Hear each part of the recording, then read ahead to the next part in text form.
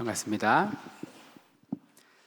저희들 생활 풍수편 강의를 통해서 예수님께서 우리처럼 인간의 몸을 입고 오셔서 지금도 있는, 물론 2000년 만에 생겨난 현대국가 이스라엘, 2000년 전에 바로 성경에 나오는 그 이스라엘, 당시 로마의 압제하에 있던 그 이스라엘, 베들레헴에 나셔서 나사렛에서 사생에 사시고, 또 가버나움에 거기를 진지 삼아서 3년간 공생애를 하시고, 예루살렘 저 골고다에서 돌아가시고 또 부활 승천하시기까지의 모든 이런 기록들, 이런 것들을 우리가 생활 풍습이라고 하는 그런 주제를 가지고 처음에는 옷과 관련된 이야기들, 그리고 음식과 관련된 이야기들, 또 집과 관련된 이야기들 이렇게 했습니다.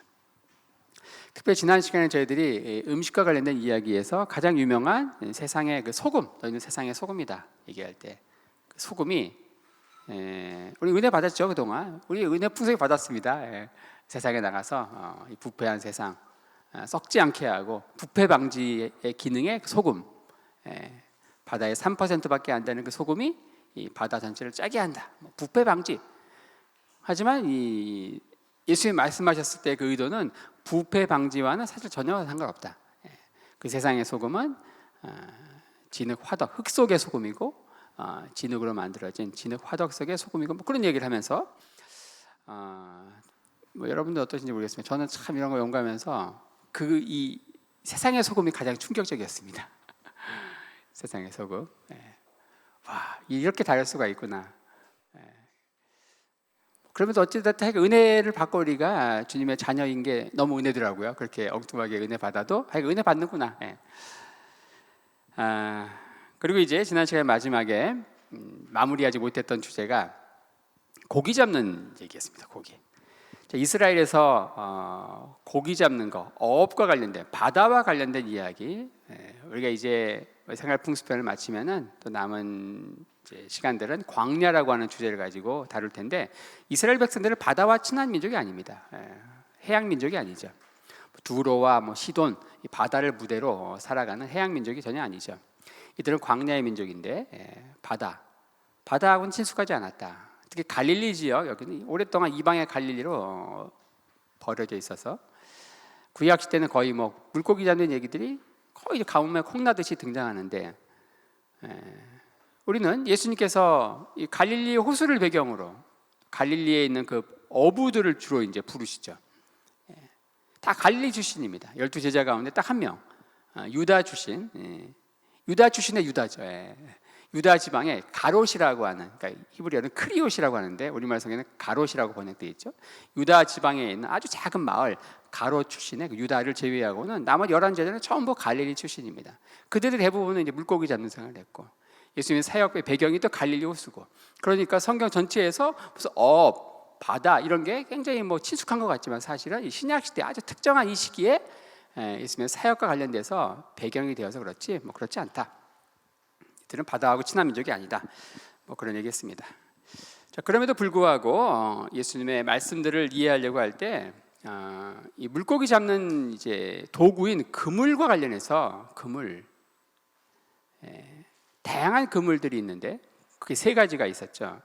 그 중에서 하나가 뭐였습니까? 후리그물이었죠. 후리그물. 그리고 또 하나 뭐였습니까? 투망그물, 던지는 겁니다. 후리그물 하면 어떻게 하는 건지 아셔야 돼요. 16명이 한 조가 돼가지고 8명은 저 바닷가에서, 나머지 8명은 해안가에서 이제 이거를 끌어오는 거죠. 그리고 투망그물은 혼자서 그냥 몰래 가가지고 확 던져가지고 확 낚아채는 거죠. 그러니까 어느 게 어획량이 더 많을까 한번 상상해 보세요. 당연히 후리그물이죠. 투망그물은 한두 마리씩 이렇게 낚시하는 개념이라면은 후리그물은 그냥 16명이 한 팀이 돼가지고 나누는 거니까 엄청나게 많은 어획권. 또 그것과 각각 관련된 말씀들이 이제 구약과 신약에서 이제 우리가 살펴보았습니다. 근데 이 2가지 그물과는 또 비교할 수 없는, 감당할 수 없는 어획고, 엄청난 만선의 축복을 안고 오는 그물이 오늘 다루려고 하는 삼중자망이라고 하는 그물입니다. 삼중자망 전혀 다르죠. 이 삼중자망은 트렘멜렛, 망이 이제 세 겹으로 되어 있어요. 이 가운데 있는 이 그물은 이제 탱탱하고 그물 코가 굉장히 좁습니다. 그리고 양쪽 가상이 여기는 굉장히 헐렁헐렁해요. 그리고 그물 이 코도 굉장히 넓어요. 고기들이 이제 큰 고기나 작은 고기나 다 들어올 수 있죠. 근데 가운데에 있는 여기가 탱탱하고 또 코가 좁고 하니까 얽히고 설켜가 여기서 한번 얽히면 이제 못 빠져나오는 거예요. 그러니까 전혀 다른 거예요. 요걸로 잡는 게 거의 뭐 싹쓸이 하는 거죠. 싹쓸이. 자, 요와 관련된 요 삼중 자망과 관련된 말씀이 우리에게 너무너무 익숙한 누가복음 5장이다. 누가복음 5장. 깊은 데로 가서 그물을 내려 고기를 잡으라 이렇게 명령하셨을 때 베드로가 뭐라고 합니까? 내가 밤이 맞도록 수고했지만, 그러니까 밤새, 이거 밤새 하는 거예요. 이건 밤새. 투망 그물 언제 합니까? 깜깜한 밤에 하는 거 아니죠? 예. 그리고 후리그물도 그렇죠? 낮에 하겠죠? 아침 밤에 하는 거 아닙니다. 요것만 밤중에 하는 거예요. 밤중에 밤이 맞도록 수고했는데 한 마리도 잡은 게 없는데 내가 주의 말씀에 의지해서 깊은 데 가서 그물 내리겠다 얘기합니다. 이걸 제가 대학생 때 말씀드린 것 같은데 이걸 이제 그런 식으로 막 가르친 거예요. 아마 여러분들도 그렇게 했을 거예요. 뭐 물고기 이미 해가 떴었어요. 저 깊은 데에 물고기가 없고 이제 이 얕은 곳에 있다는 거예요. 그러니까 지금 깊은 데 가봤자 물고기가 없는 거예요. 그러니까 상식적으로 말이 안 되는 명령을 했는데 순종했다는 것이죠. 물고기는 어두울 때는 저 깊은 데 있고 해가 뜨면은 얕은 곳으로 온다는 거예요. 근데 물고기가 그렇게 하는 게 아니라 이 삼중 자망의 특징이 그런 건데 제가 그냥 물고기를 마음대로 막 그냥 그렇게 막 조종해 버린 거예요. 그렇죠? 물고기가 뭐 어두울 때는 저 깊은 데 있고 해가 뜨면은 얕은 데 오는 게 아니라는 거죠. 얕은 데도 있고 깊은 곳에 다 있죠. 근데 그물이 어떤 그물은 낮에 잡는 그물이 있고 밤새 잡는 그물이 있고 뭐 그런 건데, 자, 누가복음 5장 너무너무 익숙한 스토리입니다. 근데 여기서 제가 여러분들 한 번도 생각해 보지 않았어요. 그래서 어쩌면 여러분 가운데 저같이 조금 좀 괴짜여 가지고 이 말씀도 이상하다 그런 부분을 함께 고민하신 분이 계실지 모르겠습니다. 뭐가 이상하냐면 여기서 베드로는 말씀에 의지해서 순종해서 깊은 곳으로 갑니다. 가가지고 엄청나게 많은 고기를 잡아요. 물고기를 잡자마자 보이는 베드로의 반응이 뭡니까? 그렇죠. 주여 나를 떠나소서 나는 죄인이로소이다. 여러분들 이거 어떻습니까? 이거 이상한 거 아닙니까? 이거 굉장히 이상한 거거든요. 근데 문제는 뭐냐? 이 이상한 게 전혀 이상하게 안 느껴져 우리한테는. 그게 그게 이상한 거죠. 이게 왜 이상한 거냐면은 자, 말씀에 의지해서 순종해서 엄청난 축복을 받았어요. 여러분들이 주의 말씀에 의지해서 순종해서 축복받았어요. 그럼 여러분들이 어떤 반응 보일까요? 할렐루야. 받은 축복에 11조 아니 10의 2조 10의 5조 그렇게 하겠죠. 여러분들이 축복받았는데 갑자기 주여 나를 떠나서 나는 죄인으로소이다 이렇게 하지 않습니다. 그렇죠? 굉장히 독특한 반응, 이상한 반응인데 이게 우리가 이상하지 않아요. 왜냐? 우리는 이미 스토리를 결말을 다 알아요. 그래서 말씀을 볼 때 마치 드라마 재방송 보는 것 같아요. 드라마 재방송 보면 재미없죠. 그리고 콜라도 김 빠진 콜라 마시는 느낌으로 성경을 봅니다. 그러니까 항상 볼 때 새롭지가 않은 거예요.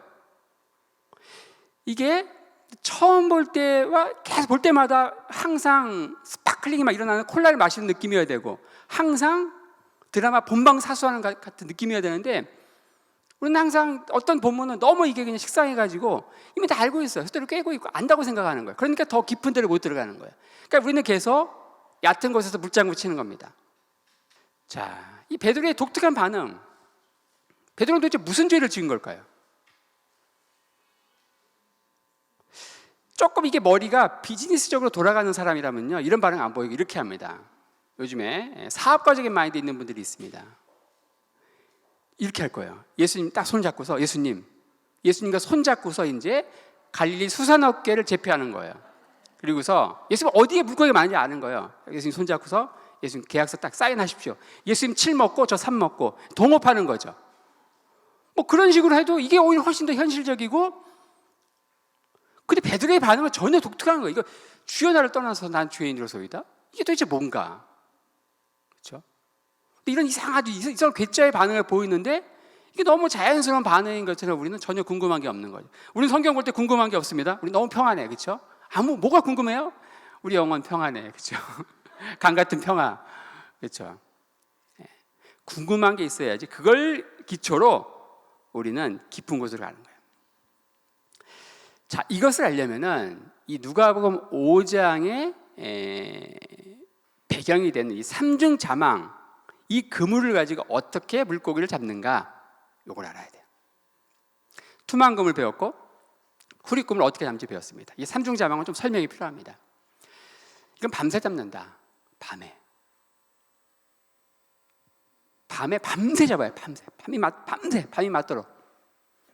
그러면 왜 성경 시대의 삼중자망 그물을 가지고 밤에 고기 잡을 했을까? 이렇게 여쭤보니까 제 이스라엘에서 이제 팔복교에서 주로 이 말씀을 나누거든요. 그랬더니 평소에 낚시를 좋아하시는 한 집사님께서 그러더라고요. 낚시는 밤 낚시가 제맛이죠. 네. 과연 이 밤 낚시의 여흥일까요? 베드로가 이 삼중자망을 가지고 밤에 잡는 거, 이것은 밤 낚시의 여흥과 관련이 없습니다. 자, 이것은 뭐냐? 밤중에 잡는 건데, 이 그물이 오늘날은 합성 섬유로 만들어져서 투명, 물속에서도 보이지 않는 투명 그물, 이게 만들어진 게 1950년대 이후입니다. 20세기 중반이에요. 지금 1세기입니다. 그 1세기 당시 베드로가 물고기 잡는 때부터 20세기 초 투명 그물이 만들어진 이때까지 2000년간 갈릴리 호숫가에서 이 삼중자망이라는 이 그물 가지고 물고기 잡는 방법은 전혀 진보가 없고 똑같아요. 왜냐면 물속에서 보이거든요. 이 그물을 물속에 내려요, 낮에. 그러면 다 보이잖아요. 그러면 아무리 물고기가 IQ가 한 자리라고 하더라도 그 앞에 뒤에 보이는데 그 안으로 들어가지 않죠. 그러니까 깜깜한 밤에, 투명한 그물이 개발되지 않은 시대였기 때문에 깜깜한 밤에 이 그물을 사용하는 것이다. 자, 언제 가느냐? 가버나움, 대표적인 갈릴리 호숫가의 어촌 마을인 가버나움에서 하루의 삶은 이렇죠. 주로 어획권은 이 삼중자망이기 때문에 뭐 후리그물이니 뭐 투망그물 이런 건 잊어버렸어요. 그렇게 간단한 소일거리입니다. 그거는 주로 이제 생업을 위해서 잡는 그물은 이 삼중자망이다. 그러니까 밤에 일하는 거예요. 밤에. 그러니까 낮과 밤이 바뀐 올빼미. 그러니까 이 가버나움의 낮 시간에는요, 가장이 다 뭐 하고 있어요? 자야 돼요. 그러니까 굉장히 조용해요. 조용한 거예요, 낮에는. 그리고서 한 뭐 오후 5시쯤 일어나서 저녁을 일찍 먹고, 그리고서 어떻게 하느냐? 7시부터 그물을 깨끗이 저하고서 이제 갈릴리 호수 가장 중앙, 이 갈릴리 호수는 남북으로 굉장히 길고 동서로 짧습니다. 남북으로 대략 21km, 동서로 12km입니다. 그러니까 제일 최단거리로 가더라도 6km 정도를, 당시에 모터가 없죠. 이렇게 노를 저어가지고 깊은 곳으로 가야 돼요. 깊은 곳으로 가서 밤 10시부터 대략 새벽 4시까지 한 6시간 정도 이 삼중자망 작업을 하죠. 자, 이렇게 하는 겁니다. 이렇게 그물을 내리는 거예요. 배가 있고 그물이 있고 호숫가가 있죠. 배의 위치는 반드시 그물과 호숫가 사이에 위치합니다. 자, 이게 무슨 말이냐? 이 그물이 배와 호숫가 사이에 있으면 안 돼요. 지금 보시는 대로 그물과 호숫가 사이에 배가 있죠. 그러니까 이 그물이 호수 중앙, 이 호수 중앙이 제일 깊겠죠? 그쪽에 위치하는 거예요. 반대에 있는 게 아니에요. 왜냐? 밤 10시부터 새벽 4시까지 잠다 그랬죠? 이 삼중자망 그물을 내리고서 이 배 갑판 위에서 어부들이 어떻게 하느냐? 막 뛰어요. 막 물장구 치고 뛰어요. 그러면은 당황한 물고기들은 무의식적으로 본능적으로 어떻게 행동하느냐? 더 깊은 쪽으로 가는 거예요. 이해하셨습니까? 더 깊은 쪽으로 막 가요. 그럼 막 이 내린 삼중자망 거기에 이게 이제 양쪽, 이쪽은 헐렁헐렁하죠. 그리고 그물 코도 넓어요. 가운데는 탱탱하고 이제 이게 막 얽히고 설켜가지고 서로 도망가려고 깊은 곳으로 도망가려고 거기 엄청나게 그냥 물고기들이 얽히고 설키면서 걸리는 거예요. 그리고 그거를 올리죠. 그렇게 밤 10시부터 새벽 4시까지 한 6시간 일할 때 한 6번 정도 올리면은 만선의 축복을 가지고 이렇게 오는 거예요. 만선의 축복으로. 새벽녘에 이제 돌아와가지고 고기를 잡고, 그 다음에 요 그물을 깁고, 바로 이제 깁고 이렇게 정리하지 않으면, 당시에 이 그물은 세마포로 만든 그물이기 때문에 바로 깨끗이 씻어서 말려서 하지 않으면 썩습니다. 이 세마포 그물. 자, 누가복음 5장의 배경은 바로 언제예요? 시간적인 배경이 어떻습니까? 1번 아침, 2번 점심, 3번 저녁, 4번 이른 아침. 이른 아침이죠. 이른 아침이에요. 자, 이른 아침 시간부터 무리들이 어때요? 한번 읽어볼까요? 누가복음 5장 1절 2절인데 제가 한번 읽어보겠습니다. 무리가 옹이하여 하나님의 말씀을 들을새 예수는 게네사렛 호숫가에 서서 호숫가에 두 배가 있는 것을 보시니 어부들은 배에서 나와서 그물을 씻는지라. 자, 이것만 가지고는 새벽인지 모르겠지만 나중에 베드로가 내가 밥이 맞도록 수고했다. 밤새 수고한 거예요. 이른 아침 이제 기물을 깁고 있는 상황이죠. 이 새벽 시간부터 예수님은 갈릴리 호숫가에 나오셨는데 엄청나게 많은 무리들이 예수님께 말씀을 들으려고 몰려온 거예요. 자, 근데 예수님의 관심은 누굽니까? 이 무리들이 아니에요. 그 옆에서 말씀은 듣지 않고, 베드로는 밤새 수고했는데 고기 한 마리도 못 잡았는데 말씀이 들어오겠습니까? 그냥 말씀은 듣지 않고 자기 배는 빌려줬어요. 배를 빌려줘가지고 무리들이 막 밀려오니까 예수님은 베드로의 배를 이제 설교단 삼아가지고 말씀을 전하시는 거예요. 하지만 예수님의 관심은 새벽부터 말씀 들으러 온 이 수많은 무리들이 아니고 예수님의 관심은 누구였는가? 베드로예요. 옆에서 그물을 짚고 있는 베드로. 그리고서 말씀을 이제 마무리해야 되는데 예수님은 어떻게 하시는가? 베드로의 반응을 계속 보는 거예요. 베드로가 이제 그물을 다 씻고 이제 가려고 할 때 예수님이 뭐라고 하시느냐? 깊은 데로 가서 그물을 내려 고기를 잡으라. 베드로한테 아니 그물 씻기 전에 말리기 전에 하면 좋잖아요. 예수님은 아주 고약하십니다. 베드로 보면서 이제 말씀 끝내지 않고 다 씻고 가려고 할 때까지 기다리는 거예요. 그리고 말씀 끝내지 않고 그러죠. 결론적으로 이제 설교 끝날 것 같은데 결론적으로 마지막으로 계속 이러다가 이제 베드로가 다 씻고 가려고 하는 순간에 예수님 명령하시죠. 깊은 데로 가서 그물을 내려 고기를 잡으라. 자, 이 명령이 베드로에게 주어진 이 명령이 왜 어떤 면에서 순종하는 게 힘들까요? 이게 위대한 순종이거든요. 우리는 다 순종한다고 하지만 과연 순종이라는 게 뭔가? 어떤 상황에서 순종이라는 것은 어떤 순종을 또 주님께 쓰시고 또 어떤 순종을 통해서 하나님은 역사를 이루시는가? 어떠한 순종을 통해서 우리는 주님을 만나는가? 베드로가 이 상황에서 이렇게 순종한다는 것은 세 가지를 극복을 해야 됩니다. 세 가지. 첫째, 육신적인 피로를 극복해야 돼요. 굉장히 피곤하죠. 밤새 지금 수고한 거거든요. 밤새. 그럼 지금 빨리 가서 뭐 해야 돼요? 빨리 자야지. 그 다음날 오늘 공쳤으니까 뻗어 자야지. 그 다음날 또 일을 할 거 아니에요. 엄청 피곤한 시간이고 또 그날따라 한 마리도 못 잡았기 때문에 그 피로는 엄청나게 가중됐을 것이다. 육신의 피로를 극복해야 된다. 우리가 하나님의 말씀에 순종하려고 할 때 이 육신의 피로 극복하는 거 이게 1차적인 관문이에요. 예를 들어서 우리 그런 거 있잖아요. 뭐 40일 특세 뭐 이런 거 할 수 있잖아요. 특별 새벽기도. 또 어떤 사람은 나는 새벽형 인간이 아니야. 나는 올빼미형이야. 난 새벽에 못 일어나. 새벽에 피곤해.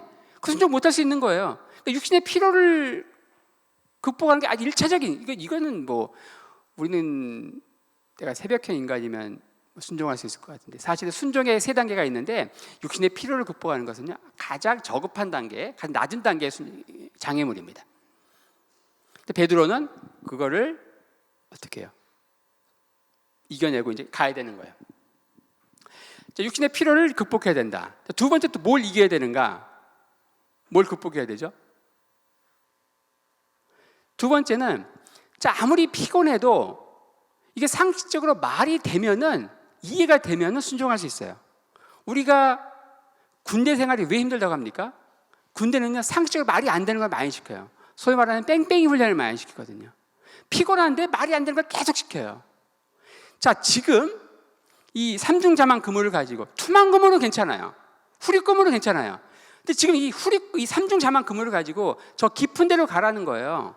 최단거리로 가도 6km. 모터도 없어요. 노져서 가야 되는 거예요. 지금 가서 내려봤자 이미 해가 떴기 때문에 이 갈릴리 물고기들이 아무리 IQ가 낮아도 다 눈에 보이는데 그 안으로 들어가지 않는다는 거죠. 상식적으로 말이 안 되는 거예요. 그러니까 상식의 한계, 이성의 한계를 극복하는 거예요. 우리는 말이 되는 것만 순종하죠. 하지만 주님께서 원하시는 순종은요, 종종 이해 안 되는 거, 이해를 떠나서 죽을 것 같은 거, 그 순종하면 죽을 것 같아. 그런 경우도 순종하라 그래요. 근데 절대 죽지 않죠. 주의 말씀 순종해서 죽지 않습니다. 첫째는 육신의 한계를, 육신의 피로를 극복해야 되고, 두 번째는 이성의 한계를 극복해야 된다. 세 번째가 뭐냐? 이 베드로는 또 자존심을 극복했습니다. 자존심 극복하지 않으면 이거 못해요. 여러분들, 이 물고기 잡는 거에 있어서의 달인은 누굽니까? 예수님입니까? 아니 베드로입니까? 베드로죠.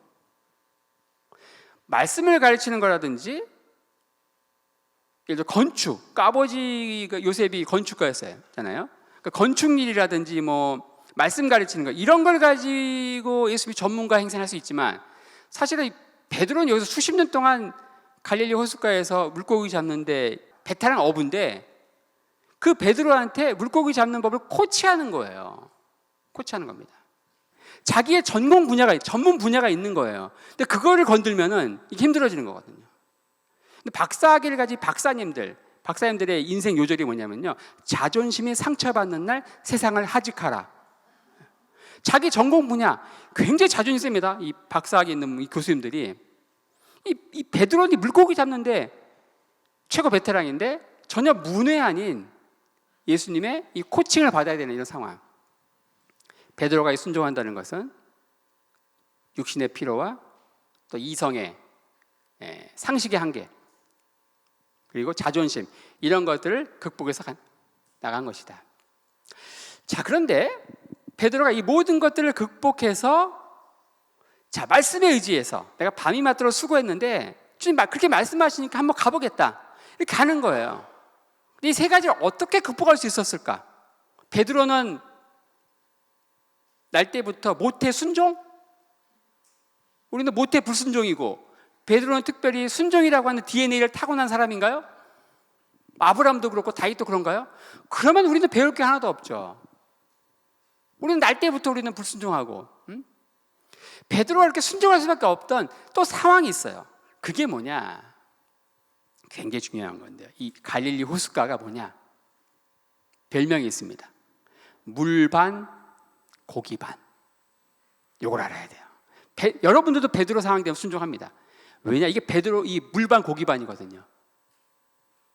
이 삼중자망이라고 하는 이 그물은 엄청난 고기를 잡는 거예요. 그냥 막 거기서 막 뛰면은요, 그러니까 하루 이틀 했겠어요? 막 뛰면은 이 고기들이 막 그냥 떼지어서 막 깊은 곳을 가다 막 얽혀설켜 다 보여요. 그걸 이제 잡아 올리는 거예요. 그러니까 평소보다 좀 적게 잡을 수는 있죠. 근데 한 마리도 못 잡았다는, 이게 지금 포인트인 거예요. 한 마리도 못 잡은 거예요. 이거는 베드로 갈릴리에서 고기 잡은 베드로 수십 년 인생에서 이런 일이 있었을까요?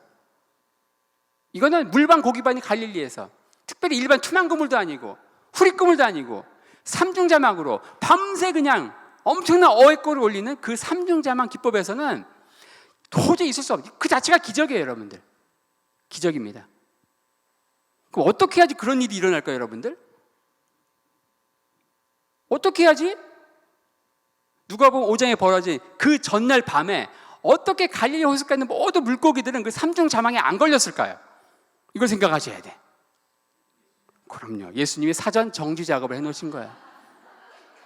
예수님은 그 전날, 그 다음날 있을 이런 베드로의 순종, 밑그림을 쫙 까신 거예요. 그래서 갈릴리 호수에 있는 모든 물고기에게 야, 네 오늘 밤 협조하지 마. 다 사전 정지 작업을 해놓으신 거예요. 여러분들 웃으시는데 이게 웃을 얘기가 아닙니다. 이미 기적은 언제 시작됐다? 그날 밤에 시작이 된 거예요. 그날 밤에 이미 기적은 시작된 거예요. 베드로는 말씀을 선포하시지만 예수님은 말씀 안 듣는 거예요. 이 그물을 기울이면서 무슨 생각을 했을까요? 이 간밤에 일어난 이 설명할 수 없는 이 조화, 이거 누가 부린 조화지? 도대체 뭐지? 엄청난 궁금증을 가지고 있었을 거예요. 그런데 예수님께서 갑자기 깊은 데를 가서 그물을 내려 고기를 잡으래요. 순간 무슨 생각이 들었을까요? 혹시 간밤에 일어난 조화가 혹시 저분이 부린 조화가 아닌가? 그런 생각이 들지 않았을까요? 혹시나 해서 가는 거, 혹시나 해서 궁금하잖아요. 엄청 궁금하면 여러분들 피곤한 거, 이성의 한계, 자존심 다 극복할 수 있죠. 엄청 궁금한 거, 그거 모르면 그냥 그거 빨리 해결되지 않으면은 못 버티겠는 그런 상황인 거예요 지금. 그래서 조심조심해서 이제 깊은 곳까지 가서 그물을 막 내렸어요. 삼중자만 그물을 내렸어요. 흰색 세마포 그물을 내립니다. 근데 이미 해가 다 떴는데 이 물고기들이 어때요? 전부 성령 충만해가지고 막 찬양을 부르면서 전능하신 나의 주 하나님 부르면서 물고기들이 눈앞에 보이는 이 그물, 이 삼중자막 속으로 막 들어와서 막 얽히고 설키면서 할렐루야 부르면서 찬양하는 물고기들 보면서 여러분들 베드로가 무슨 생각을 했겠습니까? 나에게 명령한 저분, 일단은 간밤의 조화가 저분인 거예요. 근데 지금 예수님 말씀에 순종해서 그물 내렸는데 이 물고기들이 말도 안 되는 행동을 하고 있는 거예요. 막 이 안에 얽히고 설키고 들어오는 거예요. 그때 저분이 인간 수준이 아니구나. 인간계가 아닌 거예요. 자기가 볼 때 저분이 인간이 아니야. 랍비 수준이 아니야. 뭐예요? 어떤 신적인 존재인 거예요. 신적인 존재 앞에 섰을 때 우리가 보일 수 있는 본능적인 반응은 뭐예요? 무의식적인 반응은 뭘까요? 그냥 엎어지는 거예요. 주여 나를 떠나소서 나는 죄인이로소이다. 이런 상황 아닐까요? 이렇게 해야만 베드로가 보인 반응이 이해가 되는 거예요. 이 삼중 자만과 관련해서 당시 물반 고기반인 이 갈릴리 호숫가에서 이미 기적은 그 전날 밤에 시작이 되었다. 우리는 웃고 넘어가지만 예수님은 사전 정리 작업을 해놓으셨다. 도저히 물고기를 잡을 수 없는 시간인데 삼중 자망을 내릴 때 눈에 뻘겋게 보이는데 이 물고기들이 막 다 들어와서 그냥 그 모습을 보고서 우리가 어떻게 그런 반응을 보이지 않겠습니까? 근데 이건 순종을 해야만 경험을 할 수 있는 거예요. 근데 무리들은 어떻습니까? 무리들은 예수님의 관심은 새벽부터 말씀 들으러 온 막 도시락 싸들고 와가지고 말씀 들으러 온 무리들이 아니에요. 근데 그 무리들은 전부 어떻게 했습니까? 밀물처럼 밀려온 그 무리들은 전부 썰물처럼 다 빠져나갔다. 남은 건 소수의 제자들이다. 예수님 제자들에게 그러죠. 뭐라 그래요? 너희도 가렸느냐? 제자들이 뭐라고 합니까? 주여 생명의 말씀 여기 있는데 우리가 어디로 갑니까? 이 제자들과 무리들의 차이가 뭘까요? 결정적인 차이가 뭘까요? 그럼 제가 물어볼까요? 여러분들은 제자입니까? 무리입니까? 어떻게 하면 제자가 됩니까? 제자와 무리의 차이를 보여주는 뭐가 있습니까? 예를 들어서 예수 제자학교, JDS 수료하고 그 수료증을 다 보이면 제자입니까? 아니야, 그건 약하니까 스텝으로 한번 1년을 섬겨야지 그러면 제자입니까?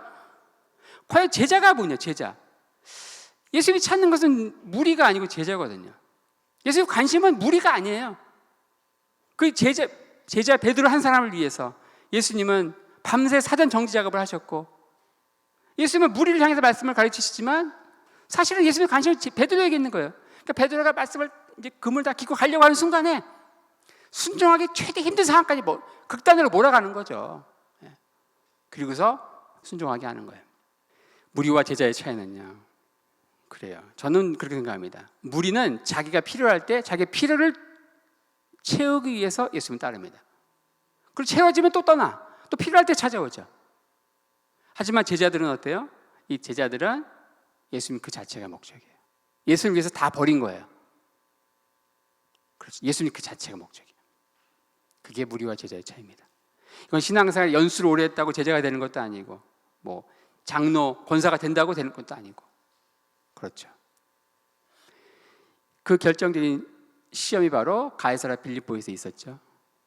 사람들은 나를 누구라 하느냐? 뭐라 그래요? 다 핵심에서 벗어난 얘기를 합니다. 사람들은. 하지만 너희는 나를 누구라 하느냐? 뭐라고 합니까? 다 같이 주는 그리스도시요 살아계신 하나님의 아들이라. 이런 고백이 어떻게 베드로를 중심으로 한 제자들 입에서 나왔겠습니까? 예수님과 함께하면서 이러한 순종들이 그냥 겹겹이 쌓인 거예요. 순종의 체험들이 그냥 뭐 화석 지층처럼 엄청 쌓인 거예요. 3년간의 제자 생활을 통해서. 거기서 자연스럽게 나온 고백인 것이지 모르겠어요. 우리처럼 뭐 그냥 입이 알고 있는 머릿속에 지식으로서 주는 그리스도시 이렇게 나온 게 아니라는 거죠. 예. 자, 누가복음 5장에 나오는 이 사건 굉장히 독특한 사건이다. 예. 왜 물고기 잡고 순종하고 나서 할렐루야 하지 않고 죄인 고백을 하는가? 뭐 이런 것들이 당시 이 물고기 잡는 그 중에서 특별히 밤새 물고기 잡는 이 삼중 자만과 관련된 그러한 이제 배경에서 이해할 수 있다. 자, 여기까지 하고 저희가 그물과 관련된 물고기 잡는 이야기를 마쳤고요.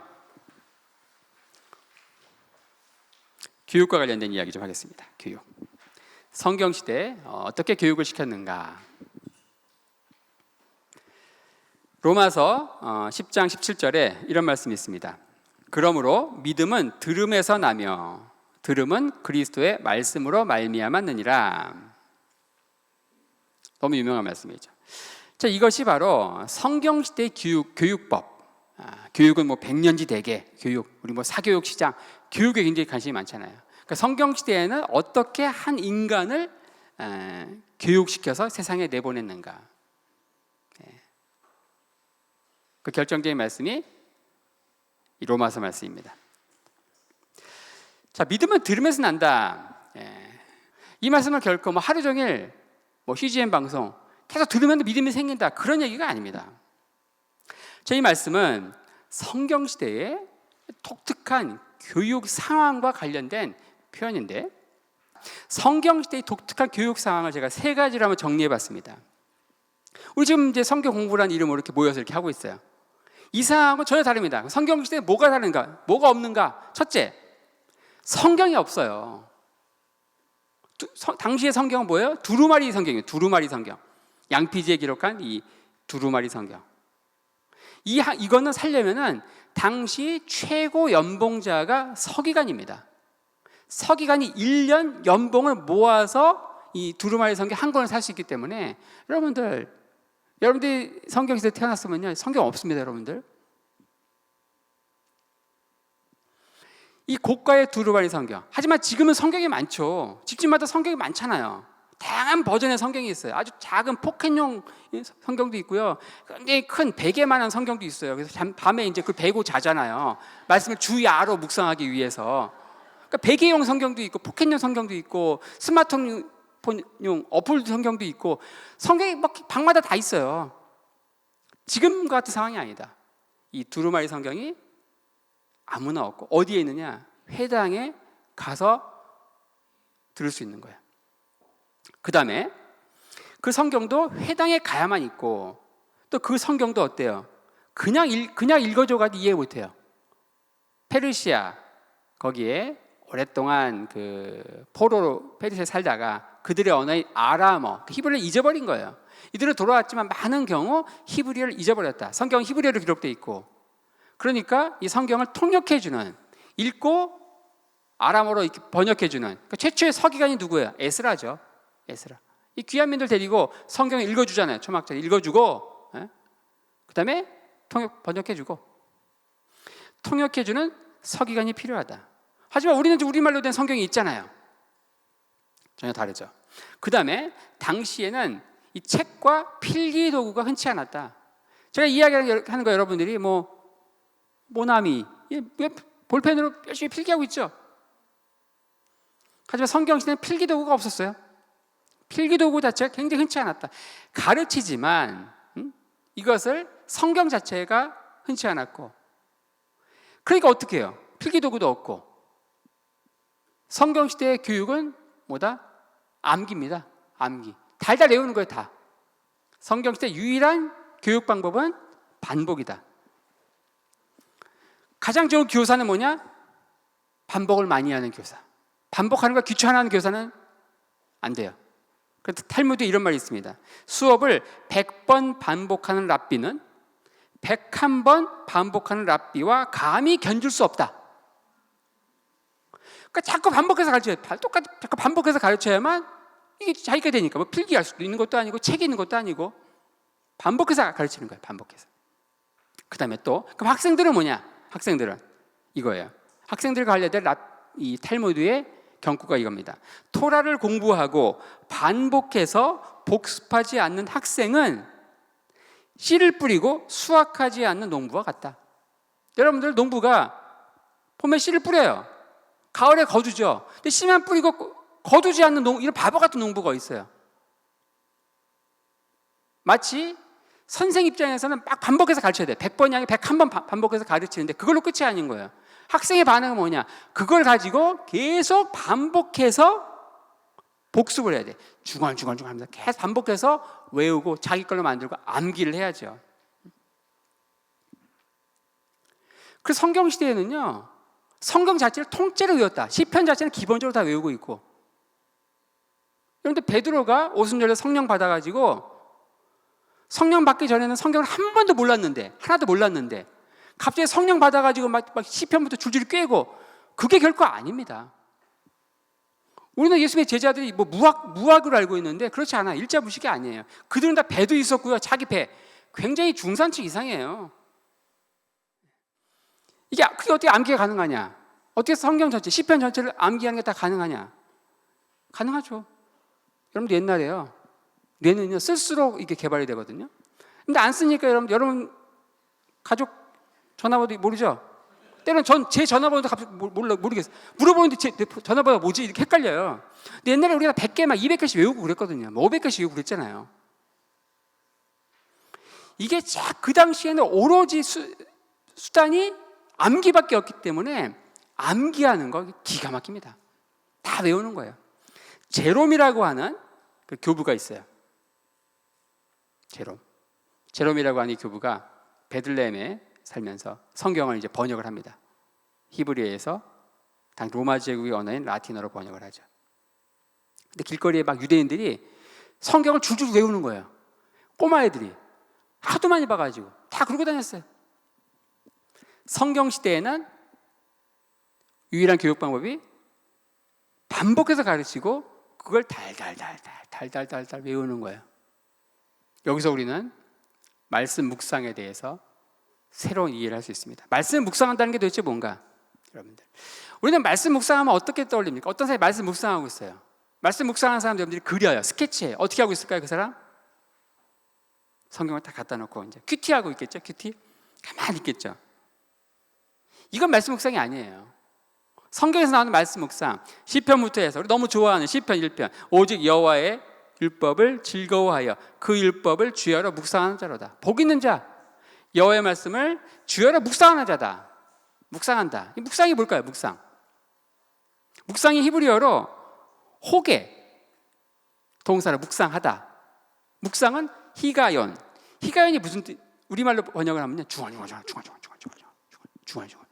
우리 시험 때 되면요, 아이들 이제 막 의대생들은 시험 때 막 중얼중얼 이러고 있거든요. 시험 때만이 아니고 맨날 이러고 있는 거예요. 말씀 가지고 이렇게 중얼중얼 말씀 외우고 있는 거예요. 이게 뭐예요? 묵상이에요. 묵상은 말씀을 중얼중얼 하면서 암기하는 겁니다. 암기. 말씀 묵상과 관련된 이야기가 시편에 굉장히 많죠. 시편 19편 14절에도 나의 반석이시요 나의 구속자이신 여호와여 내 입의 말과 마음의 묵상이 주의 앞에 연락되기를 원하나이다. 묵상. 우리가 이렇게 공부를 합니다. 여러분들 돌아가서 어떻게 하십니까? 제가 가르쳐주는 적은 내용을 다 중얼중얼 다 외우세요? 묵상하세요? 묵상하지 않으면 뭐하고 똑같다? 봄에 씨를 뿌리고 가을에 수확하지 않는 농부하고 똑같다. 우리가 많은 성경 공부를 하지만 정말 얼마나 많은, 여기 보신 분들은 제가 볼 때 집에 아마 막 성경 공부 수료증으로 방이 가득 차 있는 분들이 많이 있을 것 같아요.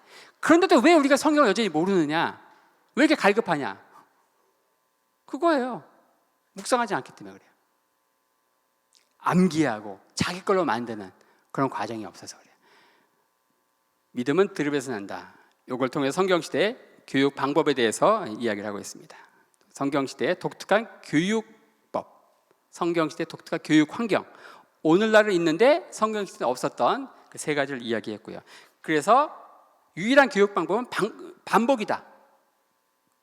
교수 입장에서는, 학생 입장에서는 암기다.